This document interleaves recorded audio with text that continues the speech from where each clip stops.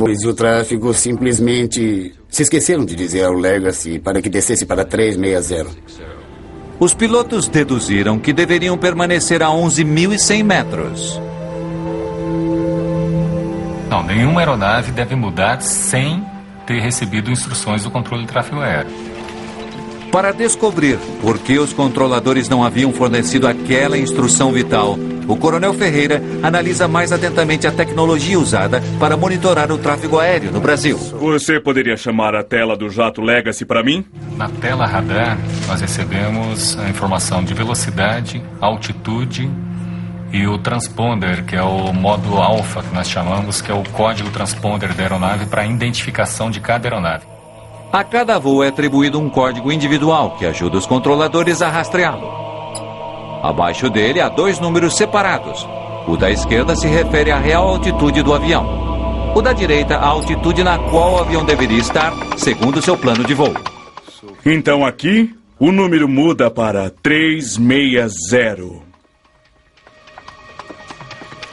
Quando o jato Legacy passava sobre Brasília, o número da direita, a altitude planejada, mudou. O sistema computadorizado o atualizou automaticamente. Segundo o plano de voo, nesse ponto o avião deveria descer para 10.800 metros, 360. Pelo que sei, somente o sistema de controle de tráfego aéreo brasileiro está usando esse tipo de projeto. Em outras partes do mundo, essa atualização é feita manualmente. O computador mudou um único número que levou a um erro crítico. Sem muita experiência com o sistema computadorizado, o controlador confundiu a nova altitude planejada com a altitude real do avião. Só que o sistema mudou automaticamente, mudando o nível autorizado para nível solicitado. E aí o controlador acabou enganando, ele foi induzido por essa mudança automática. E quando o outro controlador veio assumir o serviço, ele passou para ele o nível que estava no plano de voo 360. Investigadores da polícia conversam com o controlador que estava de plantão quando o número mudou na tela. Logo depois disso, eu saí para um intervalo e Lucivando me substituiu. Ele conta à polícia acerca de um erro crítico que cometera. Você tem 5 aviões. O Legacy está a 360. Antes de ir embora, ele passou seus voos para um outro controlador, dizendo a ele onde ele achava que o Legacy estava voando. Eu acreditava que estivesse a 360. E foi o que eu disse.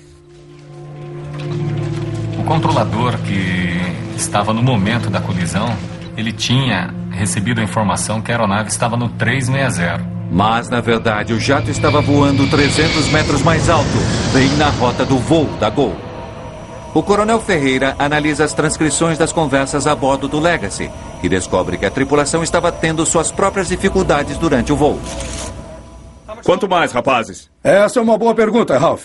A tripulação não parece familiarizada com alguns dos sistemas avançados do jato. Ainda estou tentando descobrir como esse sistema de gerenciamento de voo funciona. Onde está o que nos dá o tempo total? Minha impressão é que os pilotos estavam tentando aprender sobre os sistemas de seu avião durante o voo. Os investigadores também descobrem uma falha na comunicação. Brasília, novembro, 600, X-Raio, Lima, nível de voo 370, boa tarde. Novembro 600, X-Raio Lima. Coco Identity? Depois de uma breve conversa entre o jato Legacy e o controle de tráfego aéreo de Brasília, o Coronel Ferreira percebe uma coisa extremamente incomum. Vigilância de radar? Durante quase 1 hora, os pilotos do Legacy não falam com ninguém em terra. Brasília, novembro, 600, X-Raio, Lima. Paladino realmente tentou contato com o controle em terra, mas não conseguiu.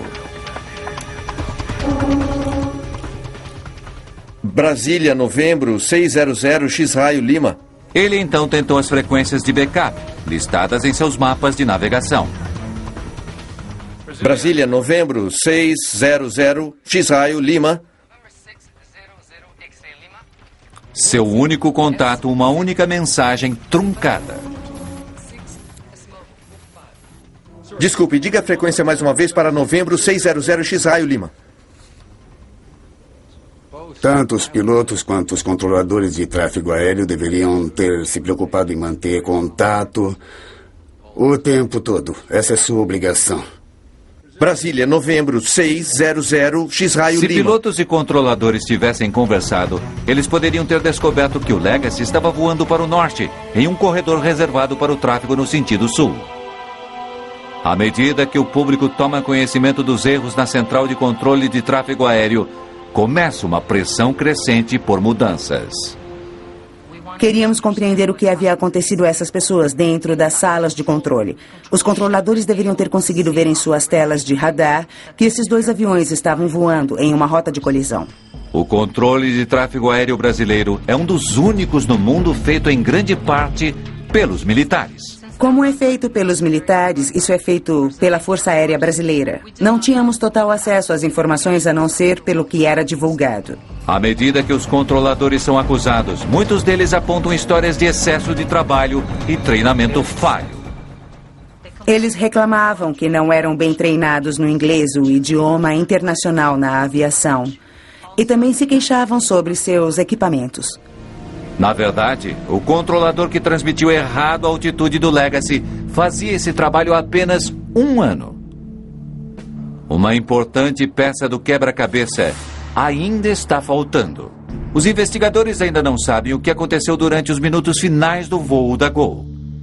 Soldados têm vasculhado a floresta amazônica com detectores de metal em busca do módulo de memória desaparecido do avião.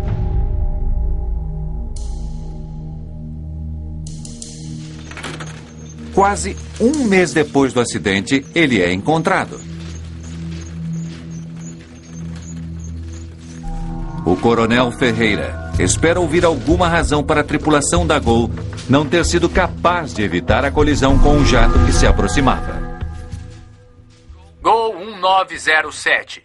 Contate o controle de tráfego em Brasília, em 125.2. Tenha um bom voo. Muito obrigado, Brasília. 125.2, Gol 1907. Não há quaisquer alarmes antes da colisão. Nenhum alerta de que eles estivessem voando diretamente na direção do outro jato. Os pilotos confiam nos controladores de tráfego aéreo para manter outros aviões fora de seu caminho. Eles passam grande parte de seu tempo monitorando seus instrumentos e não o céu à sua frente. Na velocidade em que voavam, teriam de desviar o olhar só por alguns segundos para não ver um avião se aproximando. Foi o voo onde não houve problemas de comunicação, não houve nenhum desentendimento entre a tripulação e as mensagens dadas pelo controle de tráfego aéreo.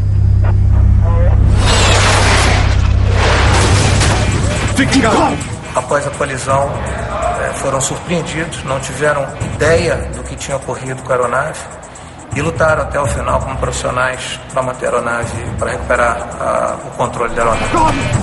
Durante menos de 1 minuto, os pilotos lutaram para controlar o avião, mas não houve nada que pudessem fazer. Fique calmo! Mas por que não houve nenhum aviso? Os 2 aviões estavam equipados com um recurso de segurança projetado para evitar exatamente esse tipo de acidente. Agora, Ferreira precisa descobrir por que aquele sistema falhou.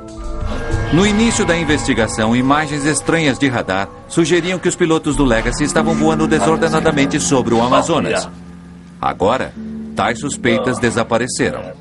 Entretanto, Ferreira revê os dados flutuantes do radar para compreender por que nenhum dos aviões soube que o outro vinha em sua direção. Veja, a altitude é muito significativa. Para tentar entender essa última peça do quebra-cabeça, o coronel Ferreira volta à tela do radar que os controladores de voo viram no dia do acidente.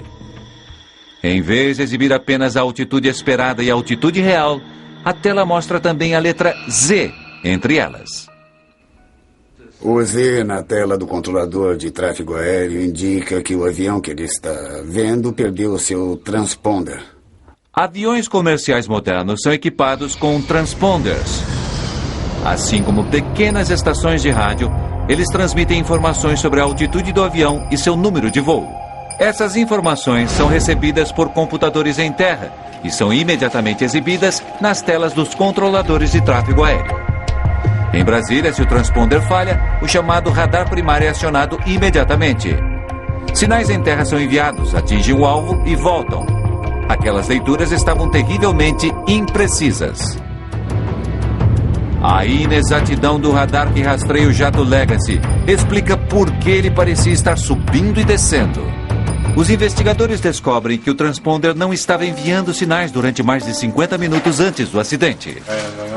Mas os controladores não avisaram os pilotos, talvez porque não tenham percebido a mudança sutil.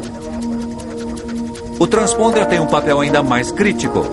Ele não apenas emite informações para os controladores em terra, mas também para outros aviões. Todo avião comercial é equipado com um sistema de alerta chamado TCAS, sigla em inglês para um sistema de anticolisão. O TCAS capta um sinal do transponder de um avião que se aproxima e emite um alerta se ele estiver perto demais. Se o transponder de um dos dois aviões não estiver acionado, isso já será o suficiente para que o sistema não funcione. O que foi isso?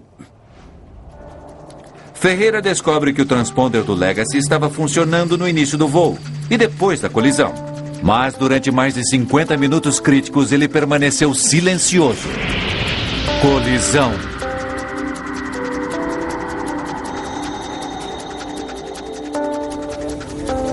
Como um jato de primeira linha que acabara de deixar a fábrica pôde apresentar problemas com seu transponder?